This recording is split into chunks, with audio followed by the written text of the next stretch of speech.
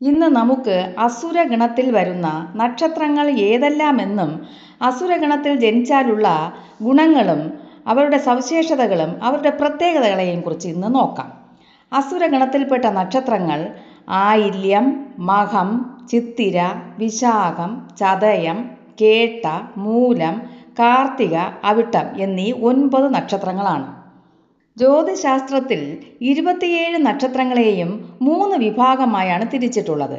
അതായത് ദേവഗണം, മനുഷ്യഗണം, അസുരഗണം. ഇന്ന് നമ്മൾ നോക്കാൻ പോകുന്നത് അസുരഗണത്തിൽപ്പെട്ട 9 നക്ഷത്രക്കാരെ കുറിച്ചാണ്. അസുരഗണത്തിൽ 9 നക്ഷത്രങ്ങളാണ് വരുന്നത്. ഈ നക്ഷത്രക്കാർ വലിയ അഭിമാനികളായിരിക്കും. അതുകൊണ്ട് തന്നെ ഇവർ മറ്റുള്ളവരെ മുമ്പിൽ കൈ നീട്ടാറില്ല. അതവർക്ക് വലിയ വിഷമമുള്ള കാര്യമാണ്. അതിന് അച്ഛനായാലും അമ്മയായാലും സഹോദരങ്ങളായാലും ബന്ധുക്കളായാലും അതിരുവിട്ട ഒരു പ്രകടനങ്ങളൊന്നും ഇവർ കാഴ്ചവെക്കാറില്ല.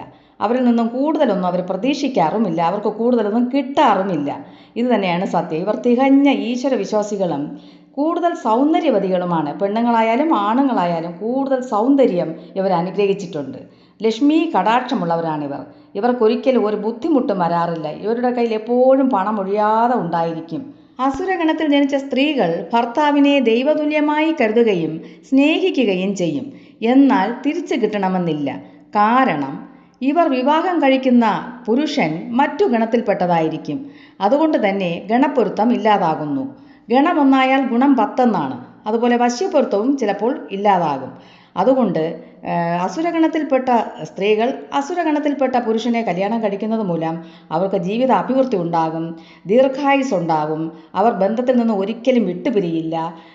പിന്നെ ഇവരെപ്പോഴും വശീകരിച്ചുകൊണ്ടിരിക്കും. ഇവർക്ക് പിരിഞ്ഞു നിൽക്കാൻ തന്നെ പറ്റില്ല. അങ്ങനെയുള്ള ഒരു അവസ്ഥ ഉണ്ടാകും. അതുകൊണ്ട് ഗണം ഒന്നായാൽ ഗുണം 10 എന്ന് പണ്ട് മുതലേ പറയുന്നതാണ്. അത് ജ്യോതിശാസ്ത്രപരമായി വളരെ സത്യമുള്ള ഒരു കാര്യവും കൂടിയാണ്. അതൊക്കെയാണ് കാര്യങ്ങൾ. ഒരേ ഗണത്തിൽപ്പെട്ട സ്ത്രീ പുരുഷന്മാർ തമ്മിൽ വിവാഹിതരായാൽ അവർക്ക് സർവ്വ ഐശ്വര്യങ്ങളും ഉണ്ടാകുന്നു.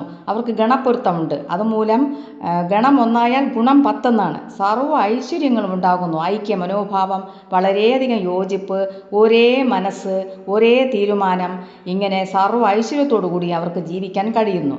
സന്താന സൗഭാഗ്യത്തിലും ഇവർ അനുഗ്രഹീതരായിരിക്കും. അതായത് ദേവഗണത്തിൽപ്പെട്ട സ്ത്രീ ദേവഗണത്തിൽപ്പെട്ട പുരുഷനെ കല്യാണം കഴിച്ചാൽ അവർക്കും ഗണപ്പൊരുത്തമുണ്ട്. ഇങ്ങനെയാണ് ഗണം നോക്കേണ്ടത്. പ്രസന്നമായ മുഖഭാവവും ഈശ്വര വിശ്വാസവും ഇവർക്ക് വളരെ കൂടുതലാണ്. ഇവർ സാഹചര്യങ്ങൾക്കനുസരിച്ച് പെരുമാറാനും പിന്നെ മറ്റുള്ളവരെ മനസ്സിലാക്കാനുമുള്ള ശക്തി വളരെ കൂടുതലാണ്. ഇവർ കണ്ണിൽ കണ്ടതെല്ലാം വിളിച്ചു പറയും. ഒന്നും ഒളിപ്പിച്ചു വയ്ക്കുന്ന ശീലം ഇവർക്ക് ഇല്ല. അതുകൊണ്ട് തന്നെ ഇവർക്ക് ശത്രുക്കളും വളരെ കൂടുതലാണ്. സ്വന്തമായി അധ്വാനിച്ച് പണം ഉണ്ടാക്കാനും സമ്പത്ത് നേടാനും ഇവർ കൂടുതൽ താല്പര്യം കാണിക്കും. അടുത്തവരെ ആശ്രയിച്ച് ജീവിക്കുന്നത് ഇവർക്ക് ഒട്ടും ഇഷ്ടമുള്ള കാര്യമല്ല. എന്നാൽ ഇവർക്ക് ശരിയെന്ന് തോന്നുന്നത് മാത്രം ചെയ്യും. മറ്റുള്ളവരെ പറയുന്നതൊക്കെ ഇവർ കേട്ടുകൊണ്ടിരിക്കും. എന്നാൽ ഇവരെ കണ്ടാൽ നമുക്ക് ദേഷ്യമുള്ള വലിയ അഹങ്കാരികളായിട്ടും വലിയ ദേഷ്യക്കാരായിട്ടും തോന്നും. പക്ഷേ ഇവർ ശുദ്ധ ഹൃദയരാണ്. ഇവർക്ക് മറ്റുള്ളവരെ സഹായിക്കുന്ന കാര്യങ്ങളിലൊക്കെ വളരെ താല്പര്യമാണ്. മറ്റുള്ളവരെ കഷ്ടപ്പാടുകൾ കാണുമ്പോൾ ഇവർക്ക് സഹതാപം തോന്നുന്ന ഒരു ശീലം കൂടെ കണ്ടുവരാറുണ്ട് ഈ 9 നക്ഷത്രക്കാർക്കും. ആരെയും അമിതമായി വിശ്വസിക്കുകയുമില്ല. പിന്നെ വിശ്വസിച്ചാൽ ആത്മാർത്ഥമുള്ളതുമായിരിക്കും. അവർ പത്രസൗഭാഗ്യത്തിലും പുത്രസൗഭാഗ്യത്തിലും അനുഗ്രഹീതരുമായിരിക്കും. 90% പേരും സ്വന്തമായി അധ്വാനിച്ച് പണം ഉണ്ടാക്കുന്നവരുമായിരിക്കും. ഈ നക്ഷത്രക്കാർക്ക് ശത്രുതയും വിളിദോഷവും വളരെ എളുപ്പം ബാധിക്കും. അതുകൊണ്ട് ഭദ്രകാളി ദേവിയെയും ഭദ്രകാളി നാമങ്ങൾ പറയുന്നതും മന്ത്രങ്ങൾ പറയുന്നതും ക്ഷേത്രദർശനം നടത്തുന്നതും ഉത്തമമാണ്. അതുപോലെ മഹാദേവനെയും ശ്രീകൃഷ്ണ ഭഗവാനെയും പ്രാർത്ഥിക്കുന്നത് മൂലം ഭാഗ്യാനുഭവങ്ങളും ധാരാളം ഉണ്ടാകും.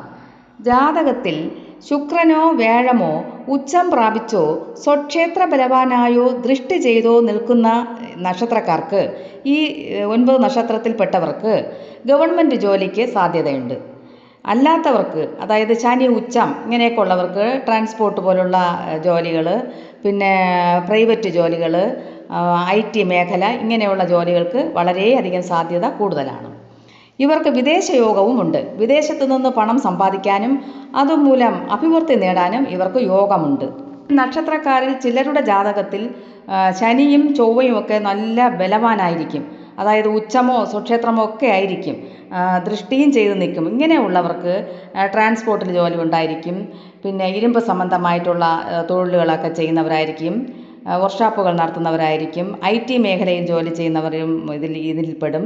അപ്പോൾ ഇങ്ങനെ ഇവർക്ക് എന്തെങ്കിലുമൊക്കെ തൊഴിലവസരങ്ങൾ ഉണ്ടാവുന്നത് മൂലം തന്നെ ഇവർക്ക് ധനാഭിവൃദ്ധി വളരെ കൂടുതലായിരിക്കും. ഇനി ചില ആൾക്കാർക്ക് ജോലി ഇല്ലെന്നിരിക്കട്ടെ, അവരുടെ ഭർത്താക്കന്മാരിൽ നിന്നും ഇവർക്ക് വളരെ അധികം ഗുണമുണ്ടായിരിക്കും. ഭർത്താവിൽ നിന്ന് ഉള്ള സമ്പത്തൊക്കെ ഇവർക്ക് കിട്ടും. അപ്പോൾ അങ്ങനെ അവർ സന്തോഷമായി ജീവിക്കുന്നതായിട്ടാണ് കണ്ടുവരാറുള്ളത്. ഇവർക്ക് വലിയ ബുദ്ധിമുട്ടുകളൊന്നും ഉണ്ടാവില്ല. ആരോഗ്യപരമായും ഇവർ അനുഗ്രഹീതരാണ്. ഇത്തരം പുതിയ അറിവുകൾക്കായി വീഡിയോ സബ്സ്ക്രൈബ് ചെയ്യണം. സംശയങ്ങളൊക്കെ കമൻറ്റ് ബോക്സിൽ രേഖപ്പെടുത്തുക. ഈ അനുഭവങ്ങളൊക്കെ എഴുതി അറിയിക്കുക.